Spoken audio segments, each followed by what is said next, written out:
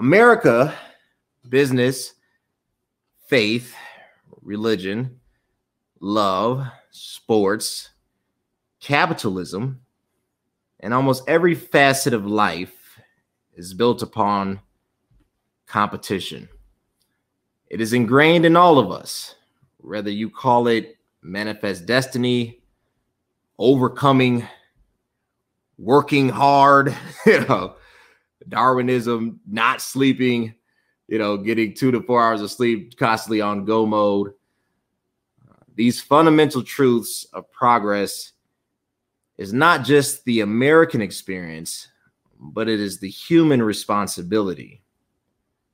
The responsibility of driving forward and progressing at all costs. It's what makes movies great. We love seeing Terminator. We love seeing human and robots clash. We love seeing The Matrix. We love seeing 300. It what makes songs popular. And it what makes politics interesting.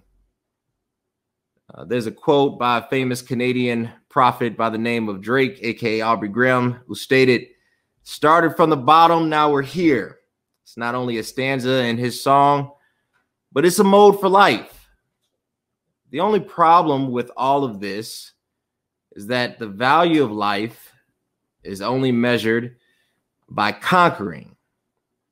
Therefore, there will be an imbalance and an overt system of oppression, even if the oppression is eternal. The question that arrives is, when will it be enough? When can I just be me? Do I need to lose more weight? Do I need to grow in stature? Do I need another degree? Do I need 2 million Instagram followers? Do I need 1 million? I don't even have 1 million. Let's start there.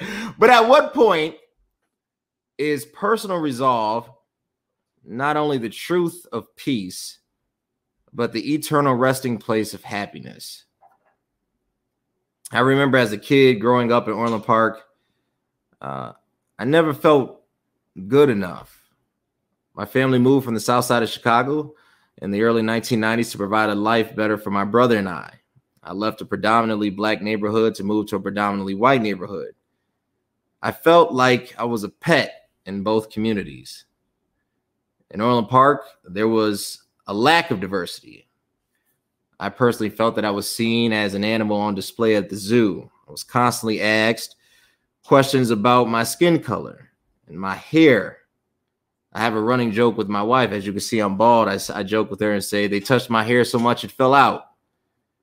Because I was of lighter complexion, also, I was not viewed as being fully black, but not viewed as being white either. I tried obtaining blue contacts one time in my early teen years and had my clothes that were matched with my counterparts that I went to school in to fit in. But with all my efforts, this understanding and placement of equality and value was never achieved. I felt like I was dehumanizing myself just to be accepted. My friends and family that were still living on the south side of Chicago didn't really accept me fully either. The lighter complexion, I guess the socioeconomic status of my family made me unrelatable. I wore Hollister clothes, Abercrombie, instead of Carl Kanai. I couldn't really dance that well. Not that that's a trait, but I lacked rhythm. My hair would not wave up. I was seen as something foreign. I was the living embodiment of Carlton Banks from the famous Fresh Prince show. And no matter what I did and how hard I tried, what music I embraced, or what dialect I tried to replicate, I could never achieve full acceptance. All of these experiences made me want to prove society, friends, teachers, and basically the world that I was worthy. It put this chip on my shoulder that made me push harder, fight longer, sacrifice more to achieve something that would validate myself. But the reality is that validation cannot be obtained through the material world. Now let's fast forward years later.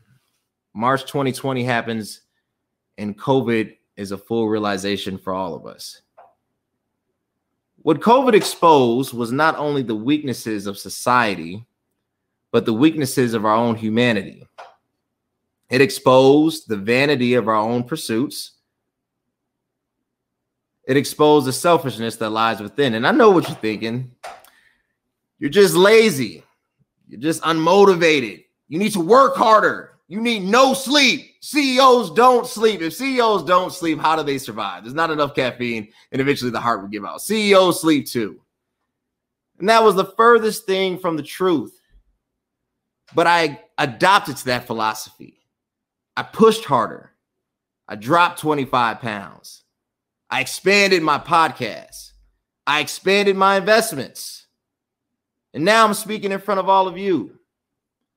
And with all of this glamour and seeming accomplishment, it still did not define me. I realized with every step forward, there was an equal slippage in a different area. Because human beings cannot be all one and all powerful and all complete. That progress without contentment is really a toxic gain. And the toxicity is not only a result of personal ambition, but the deliverable of mirrored comparison. This deliverable places me constantly at war against you, is what John Locke would phrase when man enters into the perfect state of war. You against us against the state against the globe, Democrats against Republicans, liberals against conservatives. If you get a master's degree, then I have to increase and get a PhD. If my neighbor, my team member, my coworker buys a new car, then I need to go and buy a new house. My value, therefore, will only be dictated by the revenue that I generate and the amount of likes and followers that I can gain through social media. That never-ending rat race that leaves many feeling depressed, lonely, crumbling. And after a while, there has to be an inner conversation that brings about resolved. The end of this conversation should culminate in the words that it's okay to be who you are. What does it mean to be okay? The word itself derives its power from a grammatical context. This word of linguistic messaging operates within 5 distinct realms. The first realm is that of an adjective, being a word or phrase naming an attribute, added to or grammatically related to a noun to modify or describe it. The second realm is that being an adverb, a word or phrase that modifies or qualifies an adjective, verb, or another adverb, word group expressing a relation to a place, time, circumstance, or manner. The third realm being that of a noun, an authorization or approval. And the fourth realm being that of a verb, sanction or to give approval. The fifth one being that of an exclamation, used to express assent, agreement, acceptance. In either case, in either realm, okay is never seen as average. It's never seen as dull. It's never seen as unsatisfactory or base.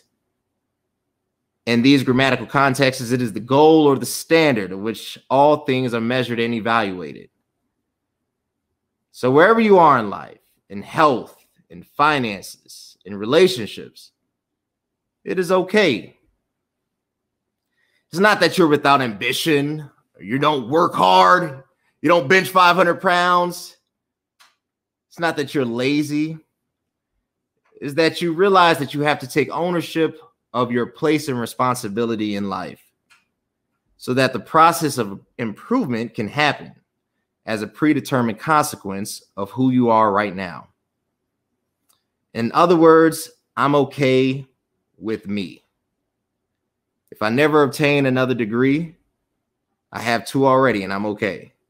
If I never increase my flat bench press past 315 pounds, I have multiple videos showing that I can do so with reels that have hit over 1,000 views.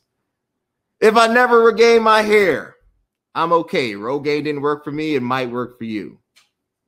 But your self-worth was never determined by your accolades, accomplishments, Instagram moments, or YouTube views. Your worth is set simply because you exist.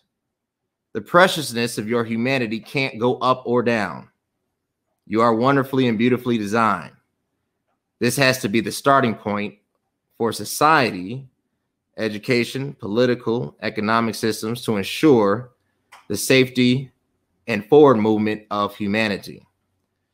And in my closing, what COVID has taught me, I personally, my family was affected. I had an aunt who was hospitalized with it. I had another cousin who was almost hospitalized with it, caught that and pneumonia at the same time. And in those moments, you know, 401ks, investments, the neighborhoods that we lived in didn't matter. The only thing that mattered was family, the love that we have for one another, and the love that we have for self.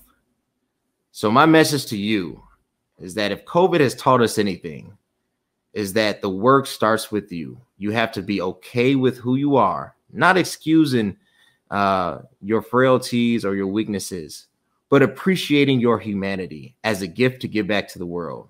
And when we all connect our concerted efforts, the world itself will be okay.